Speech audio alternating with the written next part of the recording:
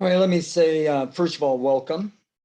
My name is Thomas Parsons. I'm a professionally accredited astrologer here in the state of Tennessee. Being professionally accredited, basically what that means is that I passed a 8-hour exam with the American Federation of Astrologers, as well as I'm accredited through the ICSI, and that is the International Society of Astrological Research. And that's a little bit more involved. It's not just an 8-hour test. It's 3 days of psychological counseling. And then it's also a ethics exam, by the way. And I think it's important to have credentials. And as I tell people, sometimes we have to understand that just as much as that there's a lot of light here, there's a lot of dark here, and they are in every profession, unfortunately. So anyway, I'm going to be teaching a 10-week class on beginner's astrology. I've been teaching for over 30 years, by the way, just to let you know. And I want to go through what I'm going to be teaching so that you better understand what you're going to be getting, which I think is going to be a better understanding of not only astrology, but to get a better understanding of the biography of how the planets have created who and what you are at this particular juncture in your evolution. The first class that I teach, and actually it'll take a couple of classes, will be the houses of the zodiac. And these used to call the ancients called them mansions of the zodiac. I simply call them departments of our life. And I'm going to go through them briefly so you understand a little bit, but we'll go much more in depth in class with these. But the 12 houses, or what I call the 12 departments of our life, and we have to understand the sum of these deals with a greater whole of who and what you are. So the sun sign, which kind of represents our soul, needs a new body to sort of like download itself into. So the sign that's rising in the east at the moment that you were born is called the ascending sign. Some astrologers call this the rising sign, by the way. And so the ascending sign then becomes a co-creator of your personality, character, and disposition, as well as even physical constitution, by the way. And so this is the first house. And there's more meaning to this, but I'll save that for class. The second house, because I just want to touch on these things pretty quickly here. The second house is all about money and certainly what money can buy. So it usually deals with your paycheck. The third house deals with communication, and communication more or less deals with our thought process. Now, our thought process basically means that, being objective, rational, common sense, being discerning, discriminating, patient, cautious, more efficient, more effective, better organized, tenacity, analyze, scrutinize, ostracize. These are processes of how we think, communications.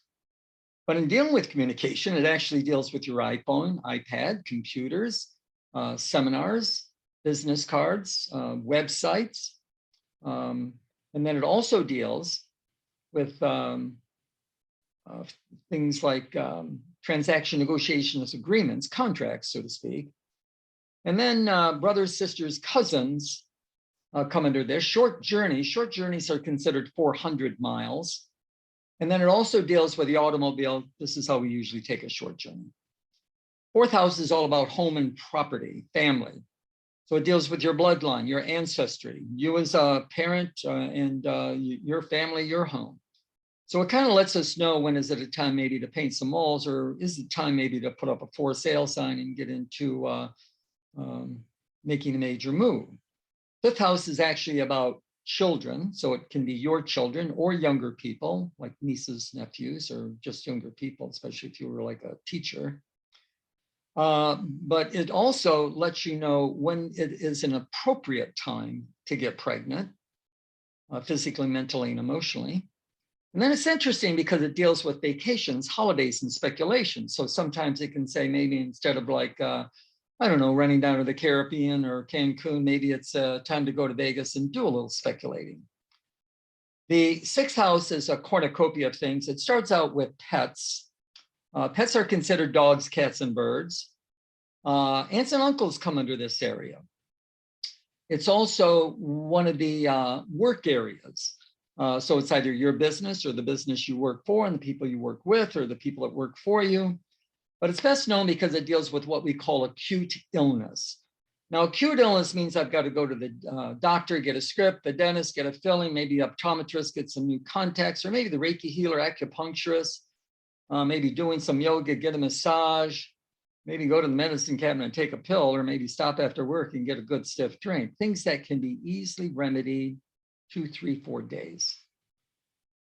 The 7th house, we get into what we call opposites. The 7th house is opposite of the 1st house, which is you. So what's opposite of you? Other people. Well, other people starts out that it deals with like acquaintances, friends, colleagues, clients, partnerships, and then obviously it's the intimate relationship. It's the house of marriage, just as much, by the way, as that can be the house of divorce. The 8th house is opposite of money, other money. Other money is stocks, bonds, mutual funds, dividends, grants, trusts. Inheritance comes under this because it is the house of death. Your husband's paycheck comes under this, or your wife's paycheck comes under this. Your debit card, your credit card, your health insurance, your life insurance, the mortgage payment, mortgage insurance, the car payment, the car insurance. And then as you get older, obviously, it'll deal with your 401k and Social Security. 9th house is opposite of the 3rd house of thinking. Well, this deals with it a little bit more higher abstract thinking. Higher abstract thinking deals with psychology, philosophy, religion, spirituality. In other words, getting to the truth, getting answers to your questions.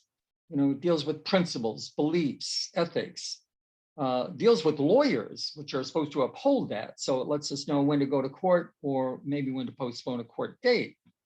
Reading, writing, journalism comes under this. Long distance journeys, 500, 5,000.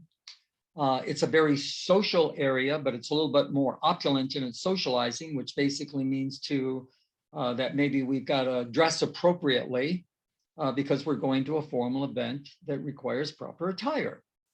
Comedy channel of the zodiac, but this is a 3-digit IQ area. I mean, it deals with colleges and universities, so it lets us know once again, when is it a good time to maybe go to college or go after a master's degree or things of this nature, or PhD even, because sometimes it's not exactly appropriate. But what that basically means is that we increase our knowledge, get into the 3-digit IQ. So when I say that it's the comedy channel, it deals with good sarcasm and good wit, not exactly stupid jokes, okay? The 10th house, opposite of the 4th house of the home. Well, what do we do when we walk out the door? We go to work, and this is what the 10th house is. It's normally called the midheaven. That's an old Latin term, medium cali. It's abbreviated on my printouts and things like that, MC. But anyway, in dealing with a career, it lets us know, is work slow? Am I going to get fired, laid off? Am I transferred into a department that maybe I need a liquor cabinet to go home to? But yet at the same time, it lets us know when we're going to get that promotion, when to market ourselves, when to go into our own business or even a partnership with business. It's the highest point in the chart. It kind of represents 12 o'clock noon. We always look up at the sun at 12 o'clock. And so this gets interpreted that it deals with how people see you personally and professionally. So it lets us know when you're going to get that award that we can sort of like put on the mantle, bragging rights. The 11th house deals with groups of people that have similar interests. So usually it deals with classes. Well, I'm going to go take a class, but to update maybe my personal life or professional life with new techniques, methods, technologies, but I'm sharing this denominator with a group of other students. And we are all there for the same thing. So then it deals with groups, committees, organizations, teams, volunteering your time, even deals with bands and like television, where everybody's working together to present the one idea. And then the 12th house, opposite of the 6th house of acute illness, this is chronic illness. Well, chronic illness deals with inherited diseases, psychological problems, drug addiction, alcoholism, prisons, institutions, hidden enemies, people that do things behind your back. But it's also the remedies. But the remedies are the psychiatrist, the surgeon, the ophthalmologist, or hopefully the Reiki healer, acupuncturist, reflexologist, maybe less out of a box in a can, organic vitamins, things of this particular nature. It's also one of the most right-brained areas of the chart. It's normally ruled by Pisces, so it deals with clairvoyancy, clairaudiency, art, music, fashion, photography, the theater, acting, the ballet, the opera, where we take our dreams, our prayers, our creativity, our imagination, concentrate, meditate, and focus so that they become a fabric of our third dimensional reality. So this is where we'll sort of like start. We're also going to, as I said, pencil, paper, pen. You can also record the classes if you so choose. And then after the houses, we'll talk about the planets. And we will talk not only about the planets, which include the sun and moon, by the way, and also they're going to be including what we call the north node and the south node that I'll talk about later. And what we will do is we will give a description of these, and then we will start placing them in your charts, because along with taking a beginner's class, you will get a copy of your chart so that you can better follow along and sort of like maybe resonate with your chart, your chart a little bit more intensely here. And then after we talk about the planets, we're going to talk about what we call qualities and the elements, the fire, earth, air, water, the cardinal fixed mutable signs, so that we get a better, sort of like understanding of the biography, as I said earlier, that we have created, along with karma, by the way, at this point in our journey as a human. Then I would want to say that this will be followed up by a 10 to 12 week class of the intermediate, in which we will basically talk about interceptions. We will talk about retrograde planets, and then we'll talk about aspects, because planets will have certain mathematical relationship with other planets in your chart. And sometimes these bring about a lot of promise and opportunities in our life. And then obviously life can be a roller coaster. We have our ups and downs. So it can also show us, where there are going to be problems that maybe we need to pay a little bit more attention to and work on in this particular lifetime. And then this will be followed by an advanced class that will be probably a good 12 weeks, because this is where we take these aspects, as I call them, that we learned in intermediate astrology, and then we apply them to today, tomorrow, 6 months from now, a year, 2 years from now, whenever you want. Because as these planets go through the different signs at different rates of speed, they make certain mathematical relationships with the planets that you were born with, aspects. And some of these are very positive, and then some of them are going to bring you a certain amount of tension and anxiety. But certainly they will prompt you to do something, whether you like it or not. And these aspects will be able to apply, so that then you're going to start learning how the planets are helping to guide your life when opportunities are being presented, or when an opportunity is nothing more than a get-rich scheme.